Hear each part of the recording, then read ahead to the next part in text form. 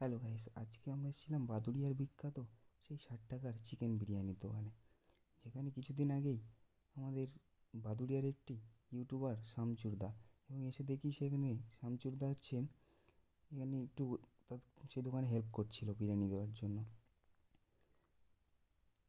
তো এখানে ফার্স্ট ঢুকেই আমরা একটু বিরিয়ানির হাঁড়িটা দেখে নিয়েছিলাম, এবং এখানে এক প্লেটেই কতটা কোয়ান্টিটি দেওয়া হচ্ছে সেটা দেখছিলাম, এবং এক প্লেটে হিউজ পরিমাণ কোয়ান্টিটি।